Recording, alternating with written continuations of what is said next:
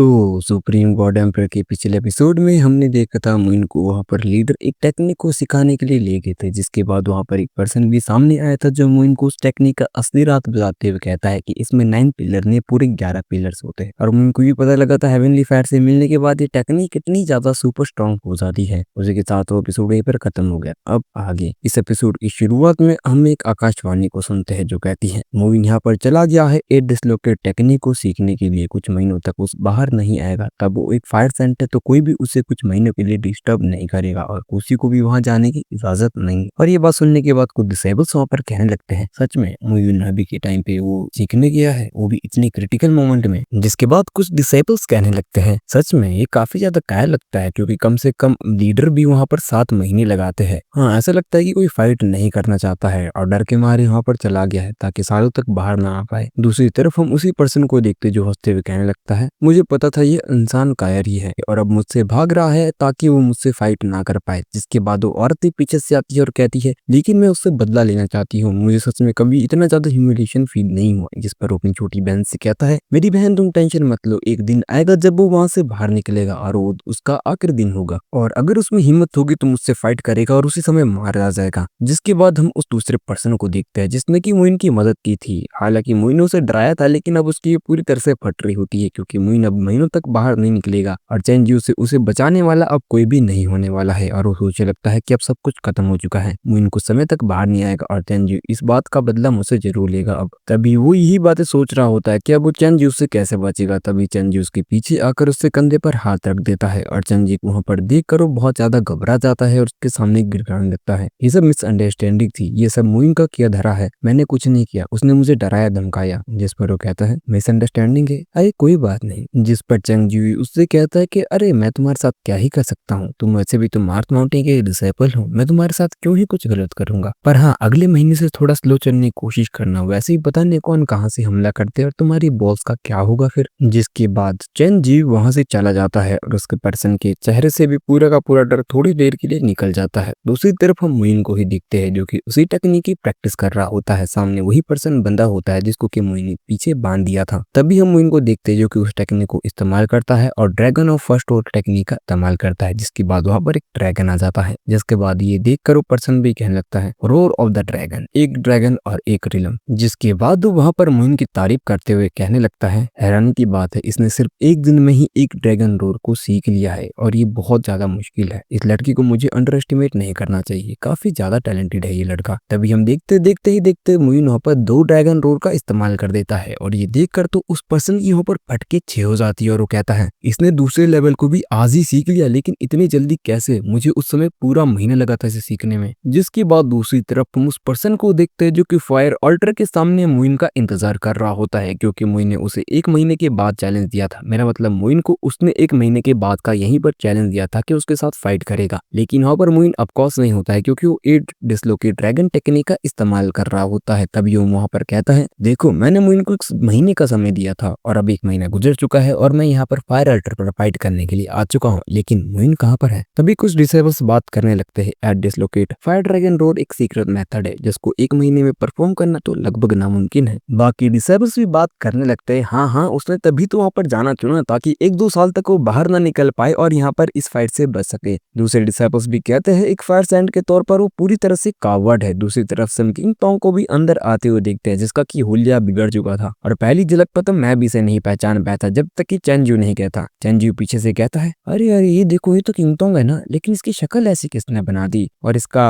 वो भगोड़ा मालिक किधर है, वो क्यों नहीं आया अभी लड़ाई करने के लिए। तभी हम देखते हैं कि चेंजू उससे कहता है किंग टोंग अगर तुम सच में बचना चाहते हो तुम मुझे अपना फादर क्यों नहीं बना लेते और कहते हो डैड मुझे बचा लो। जिस पर किंग टोंग उससे कहता है अबे कुत्ते, तूने अपनी शक्ल देखी है, पिछले कुछ दिनों में तुमने मुझे इतना टॉर्चर किया है कि अब मैं मरना भी प्रेफर करूंगा लेकिन तुम्हारे सामने झुकना नहीं। वैसे भी मुझे बाप की जरूरत तो नहीं है लेकिन मुझे एक बच्चे की जरूरत है, तू मेरा बेटा बनेगा, वैसे भी तू क्यों ना मुझे मार दे। जिसके बाद चेंजू उसके पास आते हुए कहता है तुझे मार दूं, तुझे ऐसा क्यों लगता है मैं तुझे मार दूंगा, मार तो बहुत छोटी चीज है ना, मैं तुझे स्लोली तड़पा के मारूंगा। लेकिन तभी वहां पर मुइन की आवाज आती है और कहता है किसी ने मुझे यहाँ पर खेलने के लिए बुलाया था तो बता भी दे वो खेलना कैसे चाहता है। और मुइन यहाँ पर अपनी बैड एंट्री सबके सामने लेता है और सच में मुइन ने अपनी पावर दिखाकर वहां पर सबको हैरान कर दिया था। जिसके बाद हम देखते हैं कि चेंजू उसको देखकर गुस्से में कहता है तू तो रुक। लेकिन तभी मोइन टेलीपोर्ट होकर सीधा उसे एक थप्पड़ मार देता है और मोइन के एक थप्पड़ से वो वहीं पर गिर जाता है और कहता है, लेकिन